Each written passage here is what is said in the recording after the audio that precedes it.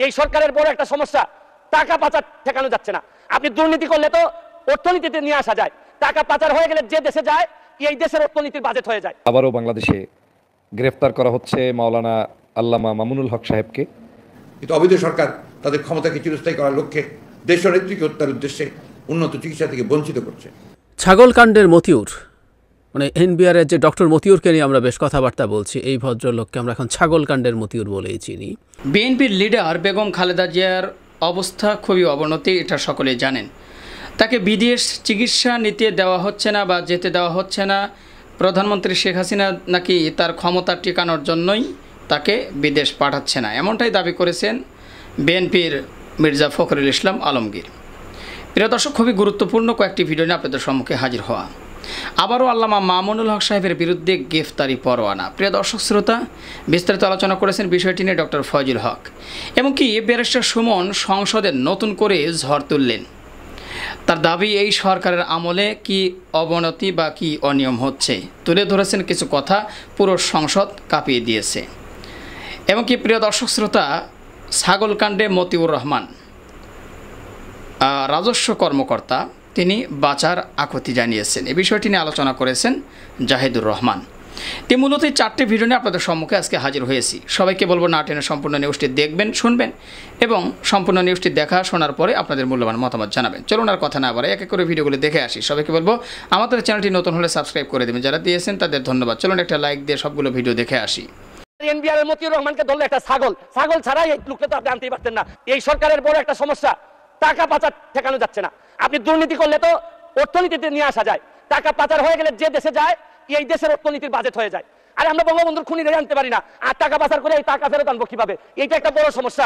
টাকা পাচার করে আমাদের বাজেট সংকুচিত হয়ে যাচ্ছে। মাননীয় স্পিকার, আরেকটা জিনিস, এই সরকারে রাসেল ভাইপার সাপ চলে আসছে। মাননীয় স্পিকার, এই সাপ আসার কারণে সরকারে যখন সাপ আসে প্রকৃতিতে বেজি থাকে, এই বেজি করে কি সাপরে নিয়ন্ত্রণ করে। কিন্তু এই সরকারে দেখা যাচ্ছে বিভিন্ন জায়গায় রাসেল ভাইপার আছে, কিন্তু বেজি ওই পরিমাণ নাই যে এই সাপরে ধরবে। মাননীয় স্পিকার, আপনি দেখেন এই আমাদের প্রতিষ্ঠানগুলা কত দুর্বল হয়ে গেছে। আমাদের প্রতিষ্ঠান, একজন ভদ্রলোককে দুদক ধরতে পারে নাই, একজন ভদ্রলোককে এনবিআর ধরতে পারে নাই, বাংলাদেশ ফাইন্যান্সিয়াল ইন্টেলিজেন্স ইউনিট ধরতে পারে নাই। আর এনবিআর এর মতিউর রহমানকে ধরলে একটা ছাগল ছাড়াই এই লোকটা তো আপনি আনতেই পারতেন না। ছাগলের কাণ্ড হওয়ার কারণে আর ফেসবুক ভাই এক মিনিট আপনার বরাবর অ্যাপ্লিকেশন আছে, আমি 247 ইনভোক করতেছি। এখানে 247 হচ্ছে কি আমার বিরুদ্ধে এখানে একজন মাননীয় সংসদ সদস্য আমার বিরুদ্ধে অভিযোগ দিয়েছেন।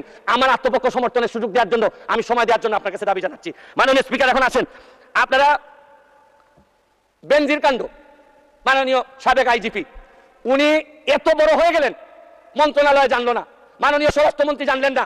এই বাচ্চাটা এত বড় হয়ে গেল, আর কিছুদিন সুযোগ পাইলে পুরো গোপালগঞ্জ কিনে ফেলতেন এই বেনজির সাহেব। তারপরে এইটার দায় এই মন্ত্রণালয় এড়াইতে পারে না। মাননীয় স্পিকার, এখন আপনারা কালো টাকা সাদা করবেন, আমার কোনো অসুবিধা নাই। যদি মনে করেন টাকা রয়ে গেছে, কিছু টাকা জমানো বা বিভিন্ন অলস টাকা রয়ে গেছে, এইটারে সাদা করবেন, কোনো অসুবিধা নাই। কিন্তু এই সাদা করার মধ্য দিয়া বেনজিরার মতিউরের টাকাও যদি সাদা হয়ে যায়, আর এদের ভবিষ্যৎ প্রজন্ম উত্তরাধিকার, আদর্শের উত্তরাধিকার যারা, তাদের টাকাও যদি সাদা হয়, তাহলে এই সময় শেষ, 1 মিনিটে শেষ করুন। মাননীয় স্পিকার, এরপর আমি বলতে চাই, মাননীয়, আমি সিলেটের মানুষ, আমার সিলেটে আমি যখন বক্তব্য রাখতেছি লক্ষ লক্ষ মানুষ পানিবন্দী। আমি আপনার মাধ্যমে মাননীয় প্রধানমন্ত্রীর কাছে দাবি রাখতে চাই, একটা হাইড্রোলজিক্যাল একটা রিসার্চ করেন। আমাদের এই পানি আগে কখনো বন্যা হইতো না, এইরকম 22-এর বন্যা, 24-এ বন্যা, আমরা একেবারে দেবে গেছি পানির নিচে। মাননীয় স্পিকার, এইটা জানা দরকার যে আমাদের এই ভারত থেকে আসা পানি কোথায় কোথায় বাধা পড়ে, এইটা দেখতে হবে। মাননীয় স্পিকার, অনেকে সন্দেহ করে মিঠামইনের রাস্তাও আমাদের এই দুর্ভোগের কারণ। যদি হয় এইটারও মডিফাই করতে হবে, কারণ একটা জেলারে আপনি সৌন্দর্য দিয়ে আরেকটা জেলা ডুবাই দিতে পারেন না। মাননীয় স্পিকার, আমি হাইড্রোলজিক্যাল স্টাডি এবং এই স্টাডির ফলাফল আমাদের সামনে নিয়ে আসার জন্য দাবি জানাচ্ছি। মাননীয় স্পিকার, বিভিন্ন জটিল রোগে ভুগছেন, চিকিৎসকেরা তার উন্নত চিকিৎসার জন্য বিদেশে প্রেরণের সুপারিশ করেছে। দলের পক্ষ থেকে তাকে মুক্তি দিয়ে বিদেশে প্রেরণের দাবি জানানো হয়েছে। এমনকি পরিবারের পক্ষ থেকে 2 বার তার বিদেশে চিকিৎসার অনুমতি দেওয়া হয়েছে।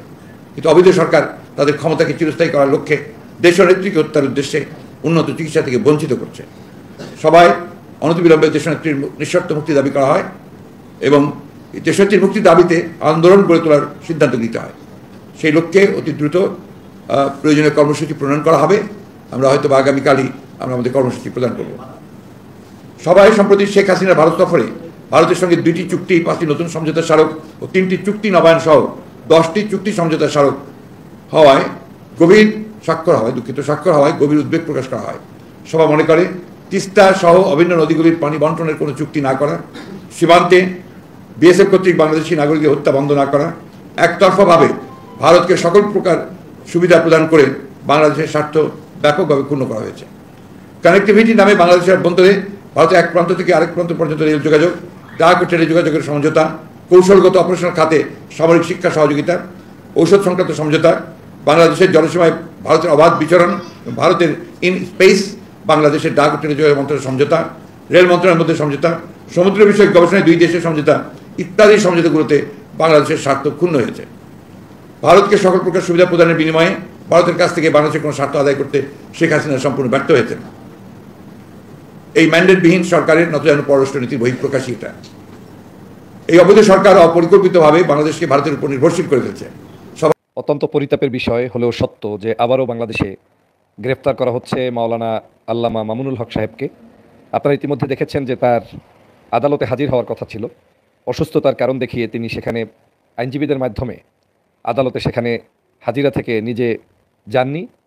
কিন্তু এ ধরনের বহু আইন কানুন রয়েছে যেখানে আসামি যদি সেই তারিখ পরিবর্তন করতে চায়, পিছাতে চায়, অসুস্থ থাকেন, সেটার পরিবর্তন পিছাতে পারেন। কিন্তু আজকের আদালত আল্লামা মামুনুল হক সাহেবকে আবারও গ্রেপ্তারি পরোয়ানা জারি করেছে, তথা তার এই আজকের বিচারিকের মধ্য দিয়ে প্রমাণ হচ্ছে যে আল্লামা মামুনুল হক সাহেবকে যে মুক্তি দিয়েছিল এটা ছিল ক্ষণিকের জন্য, এটা ছিল এক ধরনের ধোঁকাবাজি। নতুন করে আবার তাকে অ্যারেস্ট করার জন্য সরকার পায়তারা করছে এবং করবে। আজ একই দিনে আপনারা বাংলাদেশে দেখেছেন যে হঠাৎ করে পরিমণি সাকলাইন ইস্যু এসেছে এবং সেই পরিমণি সাকলাইন ইস্যু নিয়ে বাংলাদেশে আবার নতুন করে তোলপাড়, কত ঘন্টা কোন জায়গায় কে থেকেছে, পরিমণির বাসায় কখন সাকলাইন এসেছে, সাকলাইনের বাসায় পরিমণি কবে গিয়েছে, সেই নিয়ে আবার বিস্তর আলোচনা বাংলাদেশে শুরু করা হয়ে গিয়েছে। ইতিমধ্যেই দেখেছেন যে তার সেই যে সাকলাইন যে চাকরি হারাচ্ছেন বলে প্রকাশ হয়েছে, যে স্থায়ীভাবে তাকে বরখাস্ত করা হচ্ছে কারণ পরিমণিকে তিনি ধর্ষণ করেছেন, সেটা তাদের তালিকায় নতুন করে এসেছে।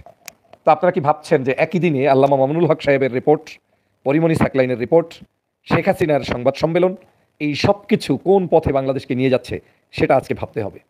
আপনারা যদি সময় ক্ষেপণ করেন, মনে করেন যে দেখি শালায় কি করে, এই দেখি শালায় কি করতে করতে সমগ্র বাংলাদেশের সমগ্র শালাদের আজ এমন পরিণতি করে ফেলছে যে একটা সময় আর উফ আহ কুহ কা শব্দ করার সময় থাকবে না। একটা সময় আপনি ভাবতেন যে বাংলাদেশের পেটের ভিতর থেকে রেল লাইন যাবে, সামান্য এই তো রেল লাইন গেলে কি হবে, এটা নিয়ে প্রতিবাদ হবে, টকশো হবে, আলোচনা হবে, এই তো। একটা সময় আপনি ভাবছেন যে আমার দেশের রাস্তা বুক চিরে রাস্তার উপর থেকে ভারতের করিডোর হবে, তারা সেখান থেকে গাড়ি চালিয়ে যাবে, রমরমাই করবে, এই তো। কয়েকদিন আগে আপনি ভাবছেন যে আমার মনে হয় সেন্ট মার্টিন দ্বীপ চলে যাচ্ছে, এই তো। কিন্তু আপনি এখনও টের পাচ্ছেন না যে আসলে বাংলাদেশটা কোথায় চলে যাচ্ছে, কারা নিয়ে যাচ্ছে, কোথায় যাচ্ছে, কে কিভাবে এই দেশটাকে নিয়ন্ত্রণ করবে এবং আগামী দিন বাংলাদেশের পরিস্থিতি কি বিরাজ করবে, সেটা আজকের চিত্র থেকেই আপনাদেরকে বোঝা উচিত এবং বুঝতে হবে। বাংলাদেশের শুধুমাত্র একটি রেল লাইন নিয়েই ক্ষান্ত হবে না শেখ হাসিনা। বাংলাদেশ থেকে ভারতের কাছে শুধুমাত্র একটা 5 লাখ লোককে চাকরি দিয়েই তিনি ক্ষান্ত হবেন না শেখ হাসিনা। বাংলাদেশের মাটি, মানুষের সমগ্র অধিকারকে ক্ষুণ্ণ করে এই দেশটাকে বিক্রি করতে যা যা প্রয়োজন তার সব কিছুই প্রস্তুতি গ্রহণ করে রেখেছে এই ফেসিবাদী হাসিনা। আর সে কারণেই বাংলাদেশের এই যে সাময়িক সময়ের জন্য আপনারা কখনো দেখছেন অমুকের ইস্যু আসছে, তমুকের ইস্যু আসছে, এই ইস্যুগুলো হচ্ছে শুধুমাত্র নাটক সিনেমার মতো সাজিয়ে গুছিয়ে করা হচ্ছে। কয়েকদিন তো বাংলাদেশের মানুষ খুব অস্বস্তির মধ্যে ছিলেন, ব্যস্ত ছিলেন, আমরা সবাই মিলে প্রতিবাদ করেছি। একজনে কি বলে মাথা ন্যাংটা নেরো হয়ে তারপরে দেশ থেকে পালিয়ে গিয়েছে, সেই সংবাদে ব্যস্ত ছিলাম, ছাগল কাণ্ডতে ব্যস্ত ছিলাম, সাপ কাণ্ডতে ব্যস্ত ছিলাম। ওদিকে বাংলাদেশের অবস্থা কিন্তু সব বিক্রি করার শেষ, সেই কাণ্ডটি আমাদের মাথায় নেই। এখন শেখ হাসিনা নতুন করে বলছে যে ইউরোপে যে আপনার কোনো দেশের সাথে দেশের আপনার কি বলে বর্ডার নাই, তাতে কি তাদের দেশ শেষ হয়ে গিয়েছে? ভারতের সাথে বাংলাদেশের এই তুলনা করছে, যেখানে বর্ডার আছে, যেই ভারতের সাথে আমার দেশের সকল নিষেধাজ্ঞা আছে, তারপরেও প্রতিদিন ফেলানির লাশ পড়ছে, ঝরছে। আপনি দেখান তো যে ইউরোপিয়ান কান্ট্রিগুলোর যাদের কথা শেখ হাসিনা আজকে উদাহরণ দিয়েছে, ওদের বর্ডারে কত হাজার মানুষ দৈনিক হত্যা হচ্ছে। দেখান তো ওদের দেশের সভ্যতা, ওদের দেশের সংস্কৃতি, ওদের দেশের ভিসা পদ্ধতি, ওদের দেশের সম্মান, ওদের দেশের ইউনিটি, সেটা আমার দেশের এই 7টা আশেপাশের দেশগুলোর কার সাথে রয়েছে আপনি দেখান পারলে। ভারতের সাথে পার্শ্ববর্তী তাদের যতগুলো রাষ্ট্র আছে, কোনো রাষ্ট্রের সাথে তার সুসম্পর্ক আছে একটা রাষ্ট্রের নাম পারলে আপনি বলেন। এখন বাংলাদেশকে শেখ হাসিনা যেটা চাচ্ছে, বাংলাদেশকে ভারতের একটা করিডোর বানিয়ে এই দেশটাকে তাদের মতো করেই পরিচালনা করে শুধুমাত্র ক্ষমতায় থাকতে চাচ্ছে। অন্যদিকে এদেশের আলেম ওলামা যখন যাকে মুক্তি দেওয়া প্রয়োজন দিবেন, আবার যখন যাকে জেলে নেওয়ার প্রয়োজন তখন তাকে জেলে নেবেন।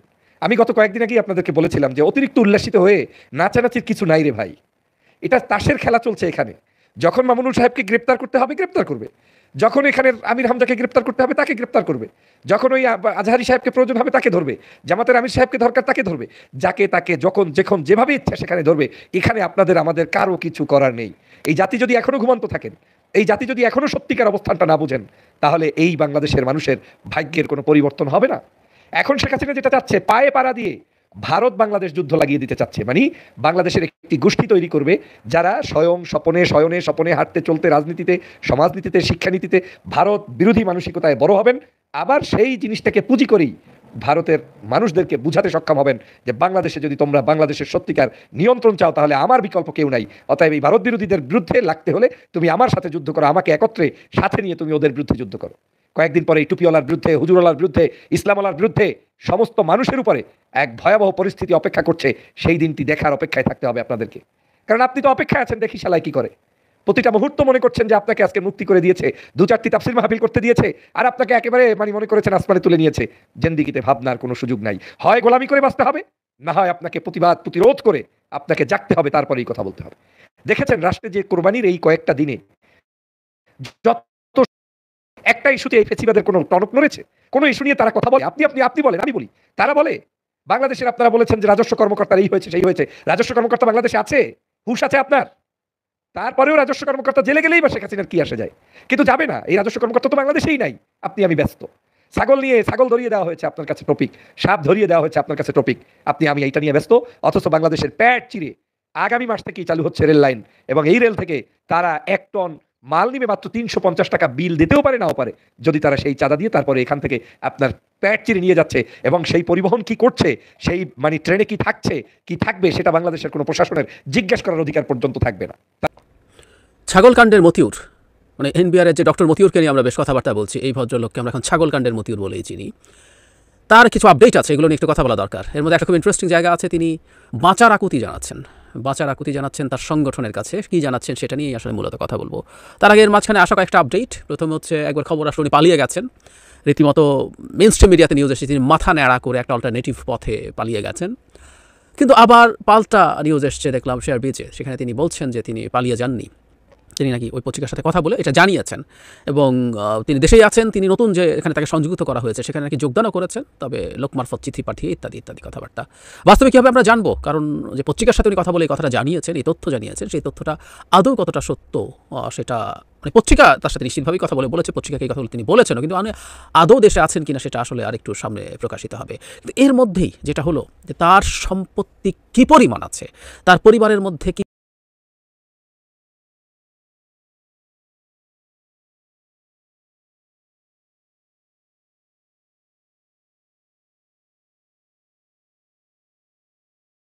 দ্বিতীয় স্ত্রী 300 কোটি টাকা চেক তাকে চাপ দিয়ে লিখিয়ে নিয়েছেন, এটা কয়েকটা তথ্য আছে। এবং সেই চেক ভাঙানোর সময় তার সাথে যিনি ছিলেন এমন একজন তিনি তার সাথে ছিলেন, তিনি পত্রিকাকে জানিয়েছেন।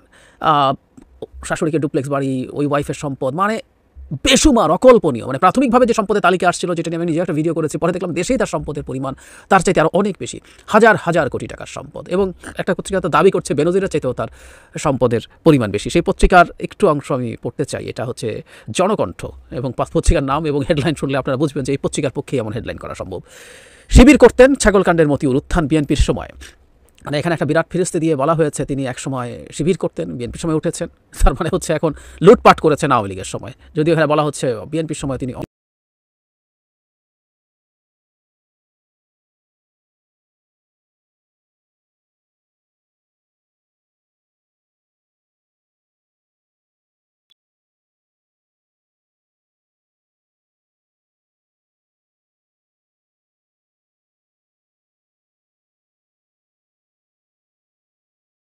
এসে বলেছেন সেই সময়কার সেনা শাসকরাও কিভাবে তাকে সমর্থন করেছেন, কিভাবে তার জন্য তদবির করেছেন স্বয়ং মইনুল আহমেদ। আপনি যদি প্রচুর টাকা বানাতে পারেন এবং সেটা যদি বিভিন্ন দিকে ছড়িয়ে দিতে পারেন, তাহলে এরকম লোকজন আপনার পক্ষে চলে আসে। আমরা প্রায় এই কথাটা আসলে বলার চেষ্টা করছি। এই লোকগুলো যখন টাকা খায়, সেই টাকার একটা অংশ তারা খায়, অনেকে টাকা খাওয়ার পথ দেখিয়ে দেয়, নিজের টাকা থেকে অনেককে বাটোয়ারা করে দেয়, সেই কারণেই তারা আসলে এত পাওয়ারফুল হয়ে আসে। It's always a trade of, সবসময় তাই। কিন্তু যখনই কেউ ধরা পড়ে তখনই সে বিএনপি জামাতের লোক। আমাদের মনে আছে না, পুলিশ অ্যাসোসিয়েশন যখন, সার্ভিস অ্যাসোসিয়েশন যখন স্টেটমেন্ট দিয়েছে, সেখানেও বিএনপি জামাতের কথা বলা হয়েছিল। এক নোংরা ক্লিশে সেটা এই জনকণ্ঠ করছে। আমরা খুব ভালো মতো জানি আসলে এগুলো কেন করা হয়। এরপর উনি এখন যুগান্তর পত্রিকার হেডলাইন এরকম, খারাপ সময় আমাকে বাঁচান মতিউর। ওনাদের একটা হোয়াটসঅ্যাপ গ্রুপ আছে, খুব মজার ব্যাপার, কাস্টমসের অফিসারদের হোয়াটসঅ্যাপ গ্রুপে উনি কি বার্তা দিয়েছেন, এই বার্তাটাও লিকড হয়েছে। তার এখন তার এই গ্রুপ থেকে কেউ না কেউ তো এটা যুগান্তরকে দিয়েছে, তার তার সহকর্মী বন্ধুদের মধ্যেই কেউ করছে। মতিউর বলছেন ওখানে হোয়াটসঅ্যাপে, আমি বিশ্বাস করি সহকর্মীরা যারা LTU, ঢাকা পশ্চিম এবং ট্রাইব্যুনালে আমার সঙ্গে কাজ করেছেন তারা আমার টিম ওয়ার্ক সম্পর্কে জানেন। সহকর্মীদের প্রতি আমার ভালোবাসা সম্পর্কেও। প্রিয় দর্শক শ্রোতা, সবগুলো ভিডিও আপনারা দেখলেন। আশা করি সবগুলো ভিডিও দেখার পরে আপনাদের মতামত এখন আপনারা কমেন্ট বক্সে জানাবেন। তো সবগুলো ভিডিও দেখার পরে কী জানলেন বুঝলেন এটা অবশ্যই কমেন্ট বক্সে জানাবেন। আর হ্যাঁ, পারলে ভিডিওটি শেয়ার করে অন্যকে দেখার সুযোগ করে দিবেন।